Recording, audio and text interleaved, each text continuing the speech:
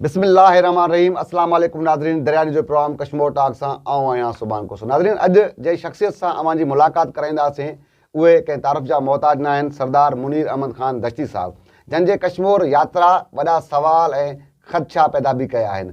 अॼु उन्हनि सां गुफ़्तगू कंदासीं। सरदार साहब, असां तव्हांखे पंहिंजे प्रोग्राम में भली कार चवंदा। सरदार साहब, अॼु वॾे अरसे खां क़शमोर में जेका दश्ती बिरादरी आहे उनजो हिते वॾो हिकिड़ो सियासी असर रसूख़ बि आहे ऐं वॾे अरसे खां पोइ तव्हांजी जेका अचानक कश्मीर में एंट्री आहे उन वॾा सवाल पैदा कया आहिनि। छा कश्मीर जी सियासत में बि तव्हांजी को जेको आहे त शमूलियत थींदी या कश्मीर जी सियासत में बि तव्हां हिसो वठंदो? बिस्मिल्लाहिर्रहमानिर्रहीम। कोसा साहब, पहिरें त मां तव्हांजो शुक्रिया अदा कंदुसि। रही ॻाल्हि सियासत जी, मुंहिंजी त हिते कोई सियासत सां वाबस्तगी हिते न आहे, न मां सियासत जे करे हिते आयो बि आहियां। हिते असांजी बिरादरी जो मीर जमशेद ख़ान दश्ती जी दावत वलीमा हुई, जंहिंमें कुझु पंहिंजी बिरादरी जा फ़ौतगियूं थियल हुया, त मां हिते आयुसि शादी जी दावत ते और कुझु फ़ौतगियूं हुया उन्हनि जी फातह ख़्वानी ते। त ॾाढो मूंखे रिस्पेक्ट हिते मिलियो पंहिंजी बिरादरी में।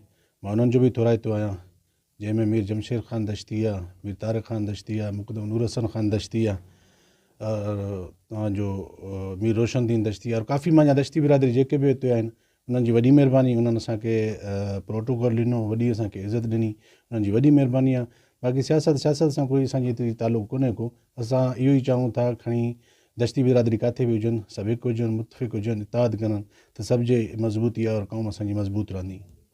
अच्छा सरदार साहब, तव्हां हिते जे तक़रीब में विया हो, उते पगर जेका बदिराइण जी रस्म बि थी आहे।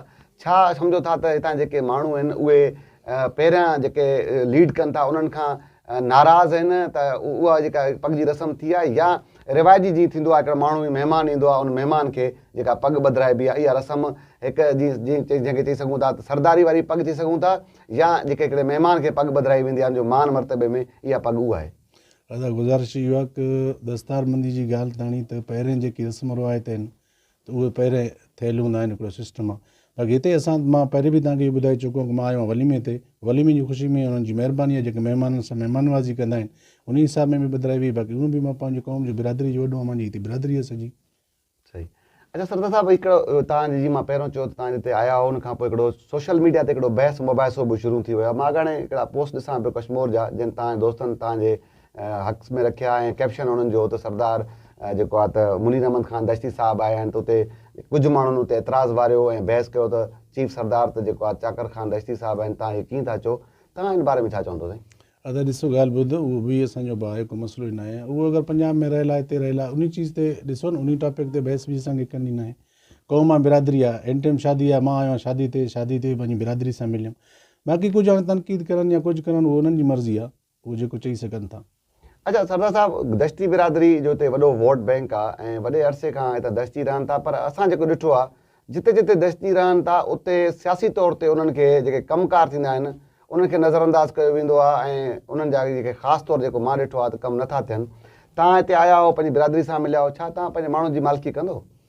दादा अल्हम्दुलिल्लाह, हिते जेकी काफ़ी मां ॾिठमि, असांजी बिरादरी जा सभु एडुकेटेड आहिनि, सभु लिखिया पढ़िया आहिनि, सभु मुलाज़िम बि काफ़ी आहिनि।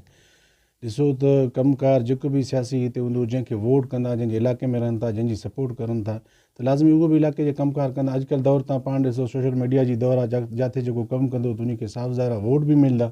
बाक़ी रही एज़ ए बिरादरी क़ौम जी ॻाल्हि, साफ़ ज़ाहिर मां पंहिंजी बिरादरी जे हर ॾुख में हर सुख में मां उन्हनि सां साथ आहियां, उहो इनशाला मां सां साथ ई ॾींदा।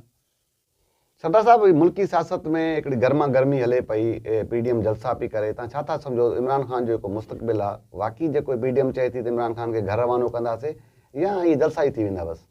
अदा ॾिसे, इहे सियासी जेके बि जलसा थियनि था उहे सियासतदान करनि था, और की पंहिंजी सोच आहे। पाकिस्तान जी सियासत आहे, थी सघे त हलियो। बाक़ी मुल्क जी हिन टाइम हालात जेको महांगाई जे तरफ़ आहे, ग़रीब हुजे या खणी जेको बि हुजे, सभु इहो दांकू करनि था।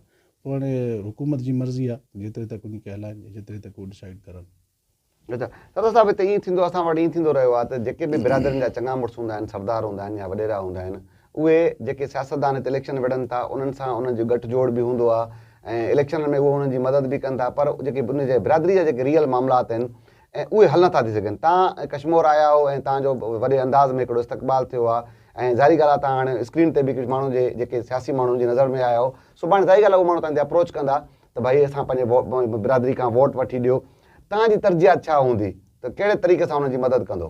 त ॾिसो मां वोट जे लाइ उन्हनि खे बाउंड न कंदुमि छाजे लाइ उहे जिते रहनि था जंहिं कैंडिडेट खे वोट ॾींदा जंहिंजे इलाइक़े में रहनि था उन्हनि जी पंहिंजी मर्ज़ी आहे जेको उन्हनि खे सुठो लॻंदो जेको उन्हनि जो कमकार कंदो जेको उन्हनि जो दुख सुख में ईंदो उहो बिला शक उन खे ई वोट ॾियनि सही आहे वॾी महिरबानी असां जेको आहे सरदार मुनीर अहमद ख़ान दश्ती साहिबु तव्हां असांखे टाइम ॾिनो नाज़रीन सरदार मुनीर अहमद ख़ान दश्ती तव्हां गुफ़्तगू ॿुधी उन्हनि जो चवणु आहे त उहो सिर्फ़ु हिकु जेकी सोशल मीडिया ते जेका वावेला हले थी त पग बदिराई वई आहे कुझु मामलात आहिनि उहे ई चवनि था त हू सरदार कबीले सां जो तालुक़ु आहे ऐं हू रिवायती जेके हूंदा आहिनि शादियूं गमियूं हिकिड़ी शादी तक़रीब में ते आया आहिनि ऐं बिरादरी उन्हनि खे मान मर्तबो ॾिनो आहे पर सियासत में मुदाख़लत उहे इन सूरत में कंदा माण्हुनि जी भलाई जेका उन्हनि माण्हू पंहिंजे माण्हुनि जी भलाई लाइ कमु कंदा बाक़ी वोट लाइ कंहिं माण्हू खे बि फोर्स न कंदा अॼु हिन प्रोग्राम जे सुभाणे वरी कंहिं ॿिए इशू कंहिं ॿिए महिमान सां मुलाक़ात थींदी अलाह भाई